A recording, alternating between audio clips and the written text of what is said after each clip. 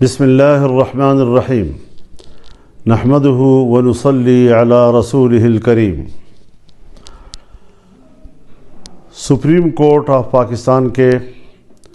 Chief justice جناب فائز عیسیٰ صاحب نے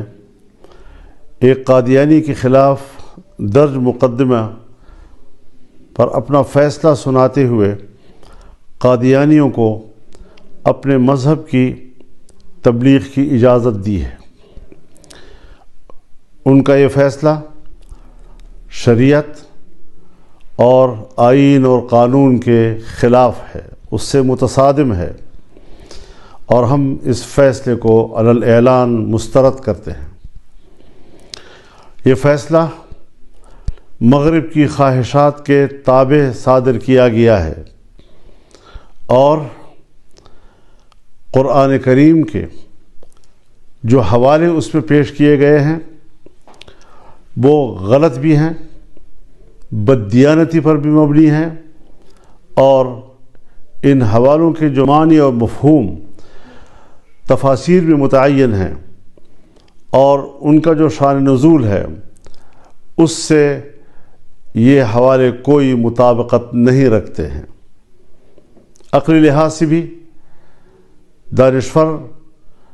اس کو مسترد کرتے ہیں۔ لہذا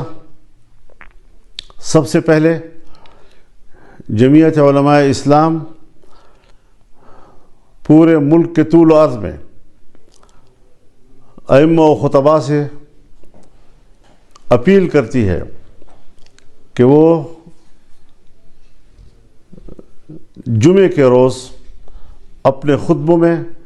سپریم کورٹ کے اس فیصلے کے خلاف آواز بلند کریں، ختم نبوت کے عقیدے کے تحفظ کے لیے بھرپور آواز اٹھائیں اور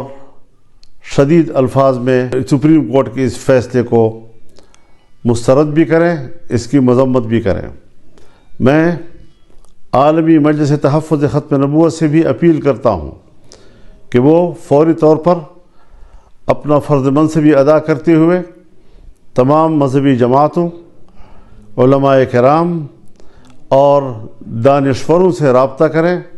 آئینی ماہرین سے رابطہ کریں اور اگلے کسی اقدام کا وہ فیصلہ کریں تاکہ اس معاملے کو ہم منطقی انجام تک پہنچائیں، عوام کی تائید کے ساتھ، عوام کی مکمل موافقت کے ساتھ۔ پبلک کو ہم نے اس حوالے سے آگاہ کرنا ہے اور ان کو اس فیصلے کے خلاف متحد کرنا ہے، ایک پلیٹ فارم پر لانا ہے۔ ہم نے انشاءاللہ العزیز اس حوالے سے کسی قسم کی کوتاہی جو ہے وہ اس وقت ملک اور قوم اس کا متحمل نہیں ہو سکے گی۔ ہم اپنے آئینی اور قانونی وکلاء کو بھی رابطے میں لے رہے ہیں، وہ اس کے قانونی اور آئینی پہلوؤں کا جائزہ لے کر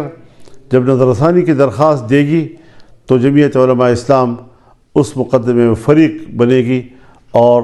ہم قانونی محاذ پر بھی، عدالتی محاذ پر بھی، عوامی محاذ پر بھی اور ہر محاذ پر اس فیصلے کو مسترد بھی کریں گے اور اس رجحان کا مقابلہ کریں گے۔ اس حوالے سے ہمیں آگے بڑھنا ہے۔ بس یہ پیغام ہے پورے ملک کے لیے، قوم کے لیے، اپنے کارکنوں کے لیے، دینی ذہن رکھنے والوں کے لیے کہ وہ ختم نبوت کے عقیدے کے تحفظ کے لیے میدان میں اتریں۔ وآخر دعوانا ان الحمد للہ رب العالمین۔